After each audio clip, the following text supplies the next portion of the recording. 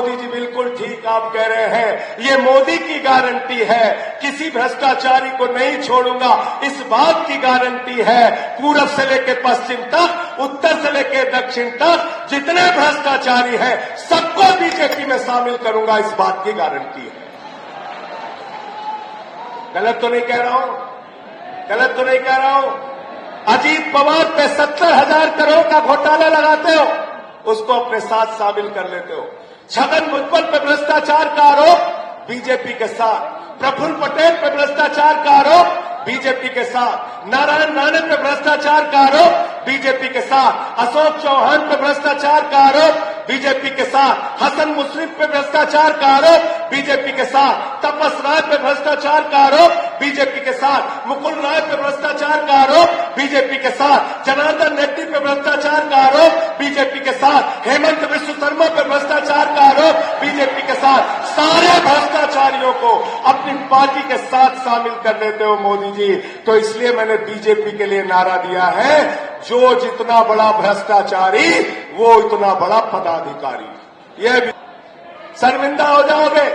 इसलिए मैं आप सबसे कहने के लिए आया हूं, यह अंतिम चुनाव है 2024 का चुनाव। आपने सुना होगा, अखिलेश यादव जी ने भी लिखा, अयोध्या का सांसद लल्लू सिंह कहता है 400 सीट दे दो, संविधान बदलना है।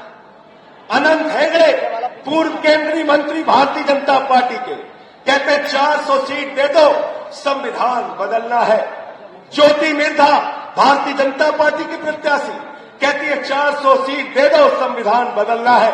मेरठ के प्रत्याशी अरुण गोविल, जिसको सीधे मोदी जी ने उतारा है, वो कहते हैं 400 सीट दे दो, संविधान बदलना है। मैं आप लोगों से कहना चाहता हूं, पिछड़ों से, दलितों से, शोषितों से, वंचितों से, अल्पसंख्यकों से, आदिवासियों से, सबसे हाथ जोड़ के अपील है, बाबा साहब डॉक्टर भीमराव अंबेडकर ने, संविधान के निर्माता ने एक सबसे मजबूत संविधान और दुनिया का सबसे बड़ा लोकतंत्र हमको विरासत में दी है। हम अपना संविधान बदलने नहीं देंगे, चाहे अपने जान की कुर्बानी देनी पड़े।